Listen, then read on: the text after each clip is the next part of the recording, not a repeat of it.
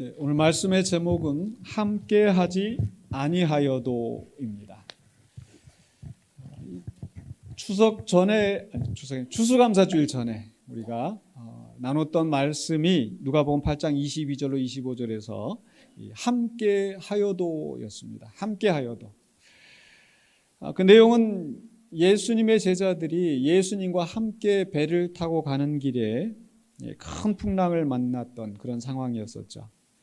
분명히 주님이 주도하시고 주님을 따라 주님께 순종하여 가는 길이었는데 주님과 함께하여도 풍랑을 만났었고, 그러나 그 고난 가운데서 이 제자들은 예수님의 권능을 체험하고 예수님을 향한 신앙 고백을 하게 되는 그런 장면을 우리가 보았습니다. 우리의 인생에 있어서도 마찬가지입니다. 우리가 주님의 뜻을 따라서 주님의 인도하심을 따라 주님과 함께 하여도 우리의 인생에 거친 풍랑을 만나게 됩니다. 그러나 그 풍랑은 우리를 넘어뜨리는 것이 아니라 우리가 그 풍랑 때문에 더 주님 앞에 나아가는, 우리의 믿음이 성장하는 기회가 되는 줄로 믿습니다. 오늘은 그 반대로 함께하지 아니하여도입니다. 어떤 말씀인지 함께 살펴보기를 원하는데, 오늘 본문의 이 내용은 예수님께서 거라사인의 땅에서 귀신 들린 자 거라사 광인을 치유하셨던 내용이 소개되고 있는데, 이제 세 장면으로 나누어서 그 이야기를 살펴보려고 합니다. 첫 번째로는 26절로 29절에서 예수님께서 거라사인의 땅에 오셨다라는 내용입니다. 26절에 이렇게 시작하죠. 그들이 갈릴리 맞은편 거라사인의 땅에 이르러, 이 거라사인의 땅이 어딘가, 이 거라사라고 하는 것은 이 지도를 보시면은 이 갈릴리 호수에서 저 남동 쪽이죠. 한참 남동 쪽에 원래는 한 60km 정도 떨어져 있는 그런 지역인데, 거라사라고 하는 곳이. 그런데 예수님께서 이제 본문 안에서 보시면은 배에서 내려서 육지에서 바로 그 거라사 이 광인을 만나는 장면이 나옵니다. 그러니까 이 거라사는 그 호수 주변에 바로 그 호수 건너편에 이 거르거사라고 하는 바로 그 땅이라고 추정되어지고, 지금도 이렇게 그 땅에 이제 그 방문하여 보신 분들은 소위 그 성지순례 가보시면 거기에 이 거라사 교회가 그 자리에 지금도 있다고 합니다.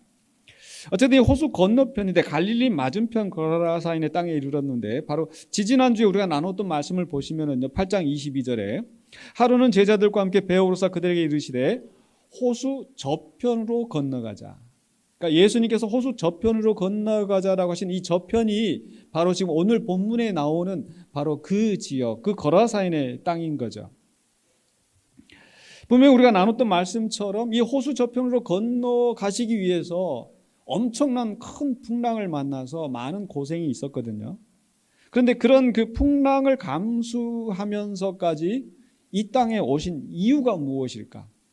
바로 그 다음 구절에서 27절에서 소개되어집니다. 예수께서 육지에 내리심에 그 도시 사람으로서 귀신 들린 자 하나가 예수를 만나니, 바로 이 사람을 만나러 오신 것 같습니다. 이 사람은 어떤 사람인가? 그 사람은 오래 옷을 입지 아니하며 집에 거하지도 아니하고 무덤 사이에 거하는 자라. 미친 사람이 어떻게 다니는지 여러분 상상해 보시면, 옷 다 그냥 벗어 던지고, 옷 씻지도 않고, 냄새는 나고, 머리는 풀어 헤치고, 막 눈빛은 막 희번덕거리면서, 아마 그런 사람 만나면 막 무서워서 다 도망갈 거예요. 근데 이런 미치광이를 예수님이 만나러 오셨다는 거. 근데 그 사람이 이렇게 28절에 이렇게 이야기를 하죠. 예수를 보고 부르짖으며 그 앞에 엎드려 큰 소리로 불러 이르되 지극히 높으신 하나님의 아들 예수여, 당신이 나와 무슨 상관이 있나이까? 당신께 구하오니 나를 괴롭게 하지 마옵소서 하니. 보통의 경우는 이제 병든 사람들이 예수님을 만나면 나를 구하소서, 눈먼 자도 예수님이 지나간다는 소리를 들으면서 다윗의 자손 예수여 나를 불쌍히 여기시고 나를 구하소서 하는데, 지금 이 사람은 반대로 나랑 무슨 상관이 있나이까? 분명히 하나님의 아들 예수여 라고 이야기하면서 나를 괴롭게 하지 마소서, 나 좀 제발 내버려 두소서. 이게 누가 하는 소리겠어요? 그 안에 귀신이 지금 하는 소리, 그 사람이 하는 소리가 아니라 분명히 이 하는 말이 그 앞에 엎드려서 지극히 높으신 하나님의 아들이여라고 아들 예수여라고 부르고 있지만 그가 엎드린 게 예수님 앞에 경배하기 위해서 엎드리는 것이 아니고 그냥 그 예수님인 건 알지만은 무서워서 지금 떨고 있는 이런 상황인 거죠.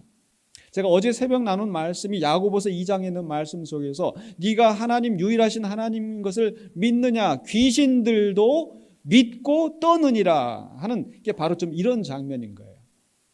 분명히 하나님의 아들 엄청나신 분이란 걸 알지만 그 앞에 엎드려서 떨지만 사실 순복하는 그런 상태는 아닌 거죠. 근데 이 귀신이 나를 괴롭게 하지 마옵소서. 뭘 보고 지금 괴롭다고 얘기를 하는 건지, 나를 괴롭게 하지 말아달라고 얘기를 하는 건지 바로 8장 29절에 설명이 되어집니다. 이는 왜냐하면 예수께서 이미 더러운 귀신을 명하사 그 사람에게서 나오라 하셨습니다. 나오라 하셨습니다. 이 귀신이 어떤 귀신인가 보면 그 괄호 안에 그 설명이 되어지는데 귀신이 가끔 그 사람을 붙잡음으로 그를 쇠사슬과 고랑에 매어 지켰으되 미치고 하니까 얼마나 날뛰는지 사람들이 쇠사슬로 꽁꽁 묶어둬야 하는 그런 상황인 거죠. 그런데 그 쇠사슬마저도 다 끊어버리고 도망가서 귀신에게 몰려서 광야에 나가서 무덤 사이에 있는 사람, 얼마나 비참한 지경에 있는 사람입니까? 근데 바로 이 사람을 그 귀신에게서 해방시키시려고 구원하시려고 예수님께서 그 풍랑을 뚫고 오신 게 아닐까요? 그냥 다른 볼일이 있어 왔다가 호수 저편에 가서 다른 볼일이 있다가 이 사람을 만난 게 아니란 말이죠. 왜냐하면 그 다음에 우리 보면 오늘 본문 말씀 속에서 8장 40절에 거라산의 땅 근방 모든 백성이 크게 두려워 예수께 떠나가시기를 구하더라. 예수께서 배에 올라 돌아가실세. 지금 상상을 해보면 예수님께서 풍랑을 뚫고 배에 와가지고 겨우 육지에 도착했는데 그 사람을 만나고 그 사람이 치유함 받고 나니까 사람들이 두려워서 떠나라고 하니까 다시 배에 타고 올라가는 상황인 거예요. 예수님께서 이 모든 상황들을 미리 다 아셨을 거란 말이죠. 그럼에도 불구하고 이렇게 오신 이유는 오직 그 사람을 만나시려고, 그 귀신 들린 사람을 구원하시려고.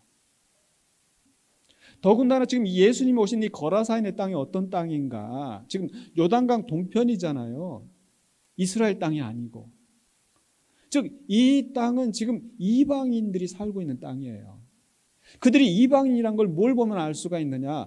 돼지떼를 치고 있다고 그랬잖아요. 돼지는 이스라엘 사람들은 돼지는 부정한 짐승이기 때문에 가까이 하지도 않고 그 돼지떼를 친다. 있을 수 없는 일이죠. 이방인의 땅이니까 가능한 거예요. 그런데 그 이방인의 땅에 더군다나 다른 사람들이 다 포기하고 멀리하려고 하는 그 사람을 만나시려고 구원하시려고 일부러 찾아오신 예수님. 가끔 복음서에서 예수님께서 그런 모습을 보이십니다. 요한복음 4장에서 바로 사마리아인의 땅으로 지나가시면서 수가성의 그 우물가에서 여인을 만나지 않습니까? 다른 사람들이 피하고 멸시하고 그 여인도 다른 사람과 만나기를 꺼려하는 그런 여인이지만 예수님께서 그 여인을 만나시려고 수가성으로 일부러 그 길로 오셔서 그 여인에게 복음을 증거하시고 구원 얻게 하시는 그 예수님. 문제 많은 사람이지만 다른 사람들이 돌아보지도 않고 피하는 사람이지만 예수님은 그를 구원하려고 오셨습니다. 바로 예수님께서 이 땅에 오신 것도 마찬가지입니다. 이 문제가 많은 이 세상에서 죄와 사망의 권세 아래서 모든 사람이 신음하고 시달리고 있을 때 바로 우리를 구원하시려고 이 땅에 오신 예수님.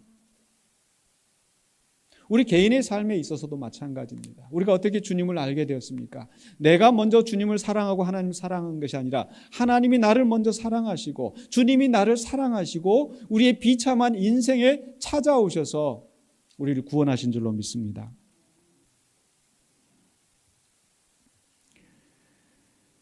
그렇게 해서 우리의 삶에 찾아오신 우리 예수님, 그렇게 우리 거라사인의 그 광인에게 찾아오신 예수님, 귀신에게서 나오라 구원의 명령을 내리신 예수님. 그래서 그 다음에 이제 어떤 일이 펼쳐지는가? 두 번째 장면은요, 이제 8장 30절로 34절에서 그 귀신들을 돼지에게로 들어가게 하시는 예수님의 이야기가 나오죠. 8장 30절입니다.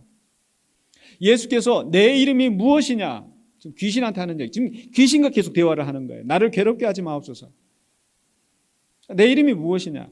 물으신즉 이르되 군대라 하니 이는 많은 귀신이 들렸습니다. 네, 군대라. 이 귀신 이름이 군대라. 왜 군대라고 해요? 많은 귀신이. 그럼 얼마나 많은 귀신일까? 보통 이 군대라고 하면 우리는 그냥 군대 이렇게 생각을 하는데 여기에 쓰이는 이 헬라어 말이 이 로마 군인들께 한 5,000명에서 6,000명에 해당하는 군인들을 가리킬 때 이 군대라는 이 단어를 쓴다는 거죠. 우리나라에도 오늘 마침 또 군인이 왔는데 왜 그 연대 하면은 대충 어느 정도 규모일지 또는 연대보다 더 위에 뭐가 있죠? 뭐 여단, 사단. 그러니까 제가 찾아봤어요. 이게 여단 하면 한 3,000명 정도 이렇게 미만의 그 군대에 다니고 이제 그 이상이 가면 이제 사단이고 한 2만 명까지. 그러니까 그 중간에가 뭐 여단 이렇게 표현을 한다고 그러더라고요. 그러니까 우리가 표현을 할 때 사단 무슨 무슨 사단 31사단 무슨 사단 이렇게 하면은 대략 몇 명이겠구나. 그러니까 여기에 이 군대가 5, 6천 명이 모여 있는 그런 어마어마한 집단이라는 거죠. 그러니까 이 사람에게 들린 귀신이 얼마나 많은지, 얼마나 큰 힘으로, 얼마나 큰 권세로 이 사람을 지금 붙잡고 있는지. 그러니까 사람들이 쇠사슬로 묶어도 고랑으로 매게 하여도 감당이 안 되는 거예요.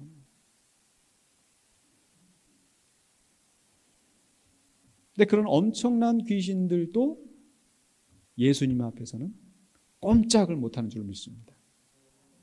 나가라고 하면 나갈 수밖에 없고 예수님 앞에 엎드려서 마치 사육사 앞에 있는 그 무시무시한 호랑이가 사육사 앞에서 사육사가 채찍을 들고 딱딱 휘두르면 그 꼼짝 않고 그 말을 듣는 것처럼 좀 그런 모양인 거예요.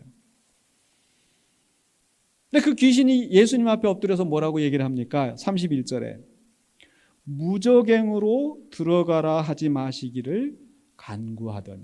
무저갱이라는 것은 글자 뜻은 이 바닥이 없는 아주 깊은 구덩이인데 그 구덩이가 어디겠어요? 바로 지옥 구덩이 아니겠습니까? 베드로후서 2장 4절에 보니까 하나님이 범죄한 천사들을 용서치 아니하시고 지옥에 던져 어두운 구덩이에 두어, 이게 바로 무저갱이에요. 심판 때까지 지키게 하셨으며, 그러니까 저 구덩이에 가둬서 더 이상 활동하지 못하게, 더 이상 까불지 못하게, 더 이상 인간들을 괴롭히지 못하게.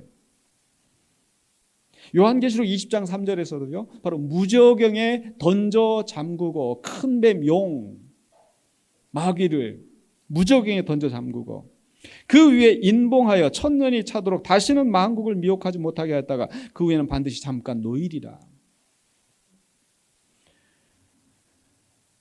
그러니까 이 무저갱에 들어가면 이 마귀는 끝장인 거예요. 귀신은 끝장인 거예요. 그런데 32절에 누가복음 8장 32절에 마침 그곳에 많은 돼지떼가 산에서 먹고 있는지라 귀신들이 그 돼지에게로 들어가게 허락하심을 간구하니 이에 허락하시니 33절 귀신들이 그 사람에게서 나와 돼지에게로 들어가니 그때가 비탈로 내리다라 호수에 들어가 몰사하거늘. 좀 이상하지 않습니까? 예수님이 이게 귀신들 그냥 다 일망타진 그냥 쓸어버리셨으면 좋으셨을 텐데 귀신들이 원하는 대로 돼지떼로 들어가게. 그럼 돼지떼는 몰사했는데 귀신들은 어떻게 했어요? 다시 활동할 수 있는 거 아닌가요? 여기서 이제 몇 가지 우리가 생각할 게 있는데 하나는요, 바로 이 예수님의 권세, 귀신들도 굴복하게 하시고 그 귀신들도 예수님의 주권 앞에 간구할 수밖에 없는 존재라는 거예요. 그러니까 바로 앞에 나와 있는 말씀 보면 이 사람이 도대체 누구이기에 바람과 물도 그에게 순종하는가? 바람과 물만 순종하는 것이 아니라 그 영적인 권세도 그 예수님 앞에 순종할 수밖에 없는 그 절대 주권을 가지신 분이라는 것. 그런데 왜 그 주님께서 이 귀신들을 완전히 멸하지 않으시고 돼지떼로 가게 하셨는가? 아직 완전한 멸망의 때가 이르지 아니하였기 때문입니다. 아직 하나님의 때가 이르지 아니하였기 때문입니다. 그래서 요한계시록 20장에서 잠깐 노일이라 하셨던 것처럼 아예 그냥 무적행에 담가놓고 끝장 내버리시지, 끝장 내지 않으시고 잠깐 놓이게 하신 것. 아직 하나님의 때가 이르지 않았기 때문에. 사실 그게 우리가 또 깨달아야 될 교훈 중에 하나인 거예요. 주님께서 이미 2000년 전에 오셔서 죄와 사망의 권세를 이기셨다고 하지만 아직 여전히 마귀가 우는 사자와 같이 우리를 삼키려고 노리고 있는 상태이고, 때로 그 악한 권세들 때문에 우리가 시달리고 고통당하고, 때로 그것이 우리의 육체의 질병을 가져오기도 하고 우리의 마음에 병이 들게 하기도 하고, 우리 인간 사이 관계에서 많은 고통을, 많은 갈등을, 많은 분쟁을 일으키게 하는, 그게 우리의 현실인 거죠. 그러나 우리가 분명히 알 것은 그런 엄청난 마귀의 권세라 하더라도 누구의 주권 아래에 있다? 하나님의 주권 아래에 있고 예수님의 주권 아래에 있는 걸 믿으시기 바랍니다. 그리고 그 마귀는 장차 멸망당할 수밖에 없다라는 것. 그런데 예수님께서 이 거라사의 광인을 치유하셨던 이 사건은 바로 예수님이 어떤 분이신지, 장차 이 마귀의 권세가 어떻게 될지를 우리에게 미리 보여주시는 그림자와 같은 겁니다. 자, 그런데 이 장면을 보고 이 엄청난 경험을 하고 이 치유받은 사람과 또 그것을 옆에서 본 사람들이 어떻게 반응을 했었는지 세 번째 장면은 나오는데요. 결론적으로는 8장 34절에 39절 오늘 봉독한 말씀 속에서 예수님께서 거라사인의 땅을 떠나시는 것으로 이야기가 마무리되어져요. 이런 엄청난 분이 오셨는데 왜 예수님께서 굳이 그 구편으로 가자 해서 오셨다가 바로 떠나시는지 한번 보십시다. 34절에 치던 자들이, 그 돼지를 치던 사람들이요, 그 이루어진 일을 보고 도망하여 성내와 마을에 알리니. 이 사람들이 본 것은 지금 돼지떼가 갑자기 미쳐 날뛰면서 다 호수에 그냥 빠져 죽은 이 상황이잖아요.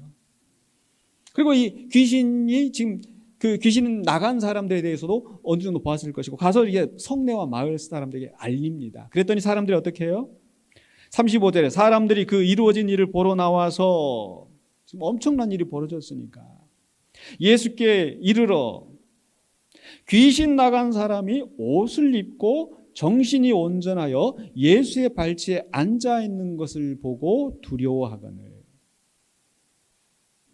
이건 지금 예수님 그 사람 처음 만났을 때 상황과 대조되어지는 거예요. 그러니까 예수님 만나기 전에 이 사람이 어떻게 하고 다녔는지 27절에 보니까 예수를 만나니 중간에 이렇게 됐죠. 그 사람은 오래 옷을 입지 아니하여 항상 빨가벗고 다니는 사람이에요.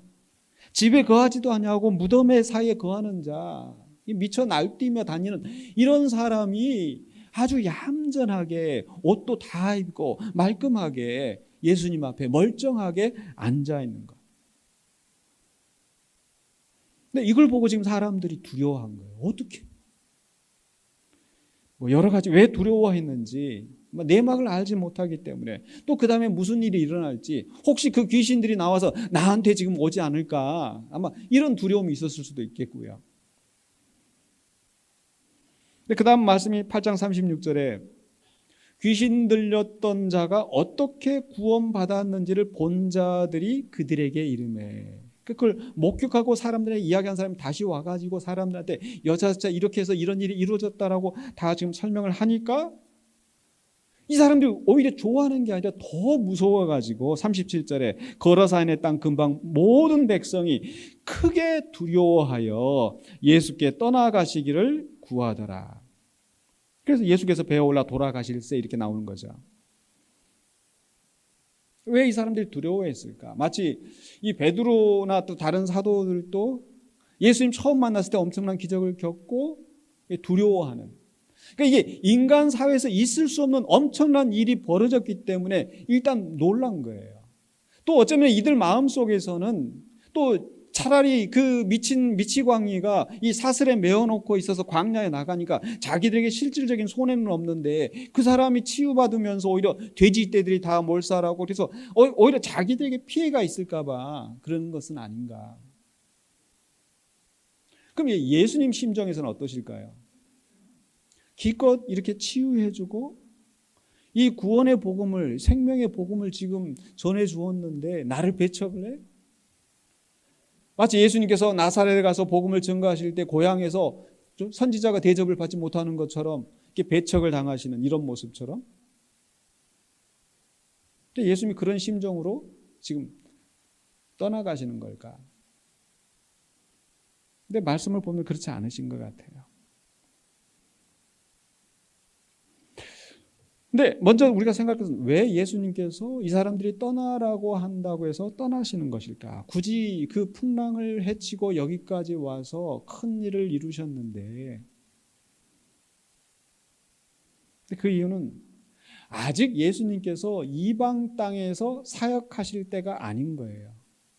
마치 귀신들을 아직 무저갱에 가둘 때가 아니기 때문에 그 돼지떼에게로 가게 하셨던 것처럼 궁극적으로 이방인들을 구원하시는 것이 하나님의 뜻이지만 아직은 때가 아니기 때문에. 왜냐하면 마태복음 10장에서 예수님께서 제자들을 보내실 때 5절 6절에 이렇게 말씀하십니다. 예수께서 이 12를 내어 보내시며 명하여 가라사대 이방인의 길로도 가지 말고 사마리아인의 고을에도 들어가지 말고 차라리 이스라엘 집에 잃어버린 양에게로 가라. 그러니까 먼저 이스라엘 사람들이 구원을 받기를, 먼저 이스라엘 사람들에게 복음이 증거되어지기를 원하시는 거죠. 이게 사실은 구약 성경에서부터 예언되었던 말씀이고 실질적으로도 만약에 이방인들이 먼저 구원을 얻고 이런 그 복음의 역사가 일어났으면 유대인들 입장에서는 뭐겠어요? 이건 이방 종교로 취급하고 아예 그냥 거들떠 보지도 않았을 거예요. 그래서 먼저 이스라엘 사람을 구원하시는 게 하나님의 뜻이었단 말이죠. 그렇다고 해서 이방인들을 내버려 두시는가? 이방인 땅이라고 완전히 내버려 두지 아니하시고 사마리아에 가서 그 여인을 만나시고 지금 거라사인의 땅, 이방의 땅에 와서 그 사람을 만나시고 그리고 하시는 일이 그 사람을 통해서 그 주변 사람들에게 복음을 접하게 하시는 구원의 길을 준비하신 거예요. 그러니까 예수님께서 지금 배에 타고 돌아가시려고 지금 하시는데 그 귀신 나간 사람이 이제 치유받은 사람이 어떻게 합니까? 8장 38절에 귀신 나간 사람이 함께 있기를 구하였으나 함께 있기를 구하였으나 다른 사람들은 두려워서 예수님 떠나십시오. 근데 이 사람은 예수님과 함께 있기를 원하는 거예요. 근데 지금 동네 사람들이 지금 다 지금 예수님을 지금 나가시길 원하시니까 제가 예수님을 따라가겠습니다. 제가 예수님과 함께 하겠습니다. 근데 예수님께서 어떻게 하셨어요? 그를 보내시며 아니야, 아직 너는 나랑 함께 있을 수가 없어. 함께 있지 않을 거야. 왜 그러셨을까요? 뭐라고 말씀하셨을까요? 39절 우리 같이 한번 읽어보십시다. 집으로 돌아가 하나님이 내게 어떻게 큰 일을 행하셨는지를 말하라 하시니 그가 가서 예수께서 자기에게 어떻게 큰 일을 행하셨는지를 온 성내에 전파하니라. 이 사람은 예수님과 함께 있기를 원했지만 예수님이 원하지 않으셨어요. 근데 예수님께서 그 사람을 거절하고 내치신 것이 아니라 더 큰 사명을 맡기신 줄로 믿습니다. 그러니까 지금 이 사람은 예수님과 함께 하지 아니하여도 보내심 받은 자리에서 예수님과 함께 사역하는 동역자가 된 줄로 믿습니다. 그의 과거는 군대 귀신에 붙들려서 비참한 상황이었지만 예수님을 만나서 구원을 얻고 새 생명을 얻었습니다. 그리고 이제 이방인의 땅에 머물러 있지만 예수님과 함께하지 아니하지만 여전히 그 자리에서 하나님 나라의 복음을 선포하고 하나님께서 내게 행하신, 예수님께서 내게 행하신 큰 일을 선포하는 그 귀한 사명을 감당하고 있는 겁니다.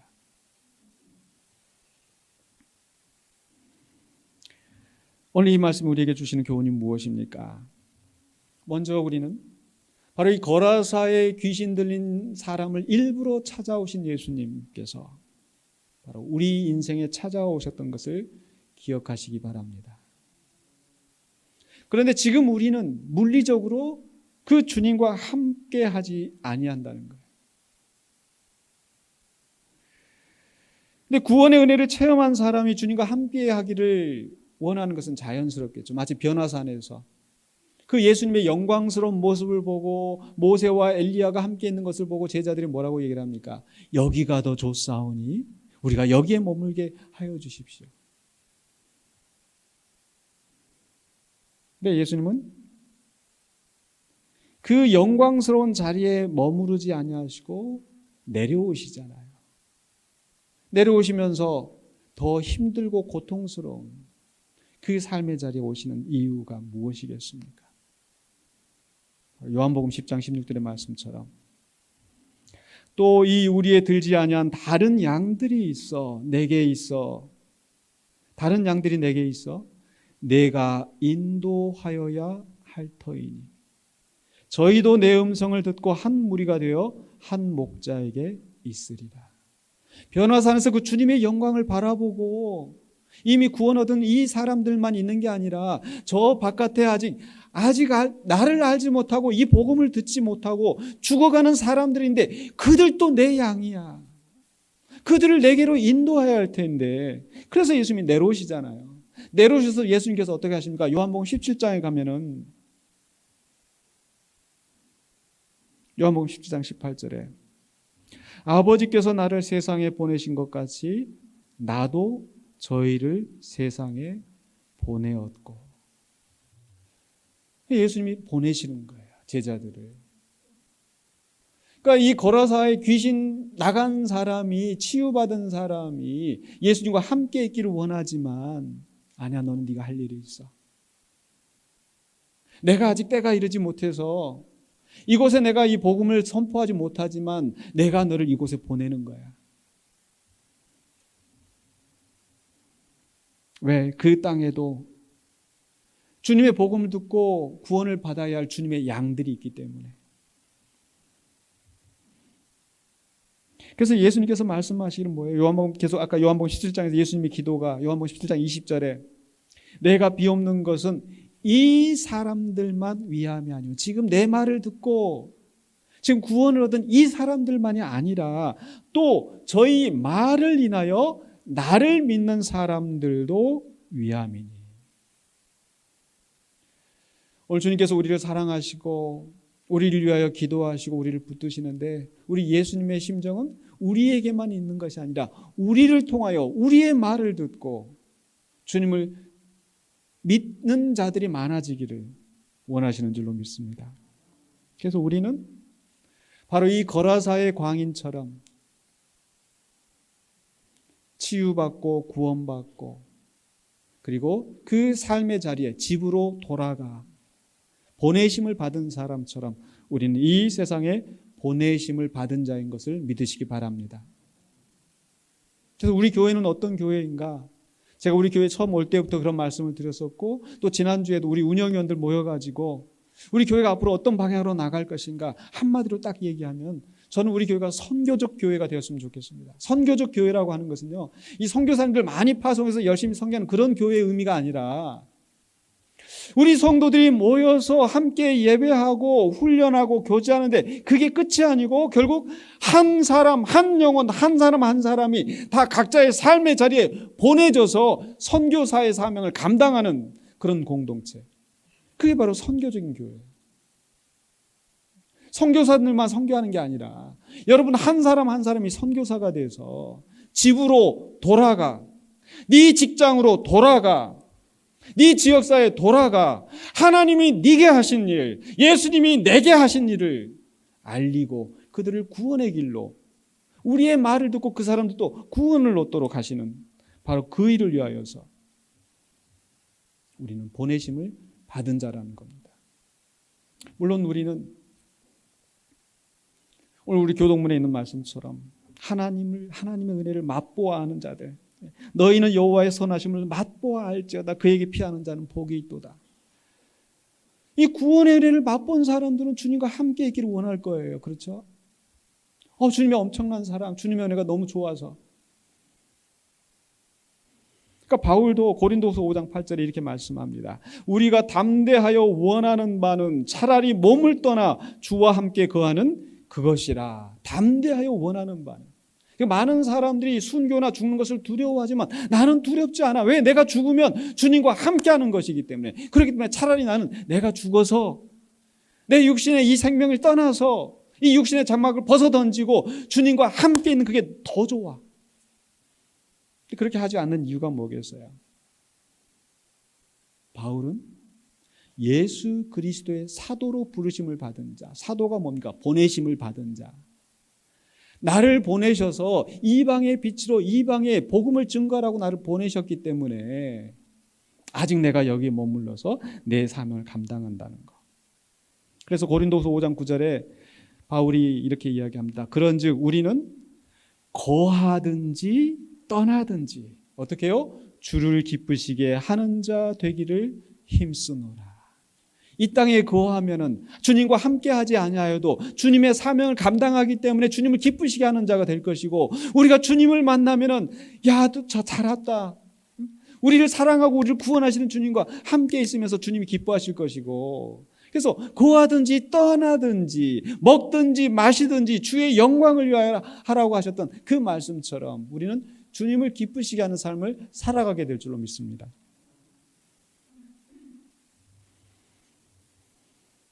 그래서 5장 10절에서 바울이 이렇게 마무리합니다. 이는 우리가 다 반드시 그리스도의 심판대 앞에 드러나 각각 선악간에 그 몸으로 행한 것을 따라 받으려 함이라. 결국 우리가 이 땅에 살면서 우리가 어떻게 살아가는지, 주님의 사명을 감당하면서 살아갈 때 우리가 주님을 만나는 그 자리에서, 주님과 함께하는 그 자리에서 우리 주님께서 우리의 공로를 보시고 우리의 열매를 보시고 칭찬하시는 그날이 오게 된다는 거예요. 분명히 우리는 주님의 놀라운 은혜로 구원을 얻었지만 현재 우리는 그 주님을 우리의 눈으로 직접 보지 못합니다. 주님과 함께하지 않는 것 같습니다. 그런데 주님과 이렇게 떨어져 있는 이유는 바로 주님이 우리의 삶의 자리에 보내셔서 그 사명을 감당하기 원하시기 때문인 줄로 믿습니다. 그러나 그 날이 옵니다. 어떤 날이요? 주님과 함께하는 날. 지금은 거울로 보는 것처럼 희미하지만 그때는 얼굴과 얼굴을 맞대고 보는, 주님과 함께 얼굴을 맞대고 함께 보는 그날이 오게 될 것입니다. 그것이 우리의 각자 개인이 죽는 것으로 이루어질 수도 있고, 또는 우리가 살아서 우리 주님이 오시는 것을 만나 보게 된다면 바로 주님의 재림의 때에 그 자리에 서게 될 줄로 믿습니다. 그 함께하는 그 날을 바라보면서 우리는 이 땅에서 지금 뭘 해야 돼요? 우리의 삶의 자리에서 우리의 사명을 감당해야 되는 겁니다. 비록 주님은 우리가 사도신경으로 매번 고백하는 것처럼 하늘에 오르사 하나님 우편에 앉아 계시지만,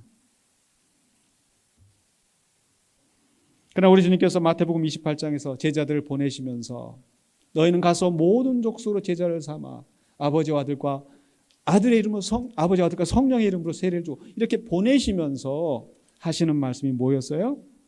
내가 세상 끝날까지 너희와 항상 함께 할 것이라 약속하셨던 주님께서 여전히 우리를 눈동자와 같이 지키시고 보호하실 줄로 믿습니다. 그렇기 때문에 우리는 어떻게 살아야 돼요? 함께하지 아니한 것 같지만 주님이 함께하시기 때문에 우리의 삶의 저리에 보내신 주님의 뜻을 생각하면서 우리의 사명을 감당해야 될 줄로 믿습니다.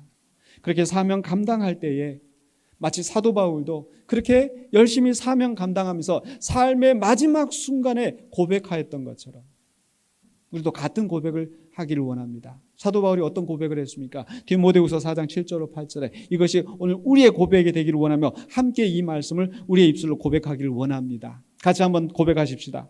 내가 선한 싸움을 싸우고 나의 달려갈 길을 마치고 믿음을 지켰으니 이제 후로는 나를 위하여 의의 면류관이 예비되었으므로 주 곧 의로우신 재판장이 그날에 내게 주실 것이니 내게만 아니라 주의 나타나심을 사모하는 모든 자에게니라. 아멘. 우리는 주님이 나타나신 그날을 사모하며 주님과 함께하는 그날을 사모하며 우리의 달려갈 길을 우리의 선한 싸움을 온전히 마치시는 저와 여러분이 되시기를 주의 이름으로 간절히 축원합니다. 기도하겠습니다. 거룩하신 아버지 하나님 은혜를 감사합니다. 귀신에게 붙들려서 비참한 삶을 살아가던 그 사람과 한 채 다를 바 없이 우리가 여러 모양으로 우리의 삶 속에서 정말 희망이 없는 소망이 없는 존재였으나 우리에게 찾아오셔서 주님을 알게 하여 주시고 구원 얻게 하여 주시고 하나님 나라의 소망을 가지고 살아가게 하신 그 은혜에 감사드립니다. 여전히 우리는 이 세상의 공중 권세 잡은 자에게 시달리면서 힘들고 어렵게 살아가지만 이 땅에서 우리에게 주신 주님의 사명을 놓지 않고 감당하기를 원합니다. 그래야 주님 앞에 섰을 때에 착하고 충성된 종아 잘할 때 칭찬받는 우리가 되게 하여 주시옵소서. 성령께서 우리를 붙잡아 주시고 온전히 주의 사명 감당하며 낙심하지 않고 끝까지 주의 길을 가는 우리 심령들이 되게 하여 주시옵소서. 예수 그리스도 이름으로 기도하옵나이다. 아멘.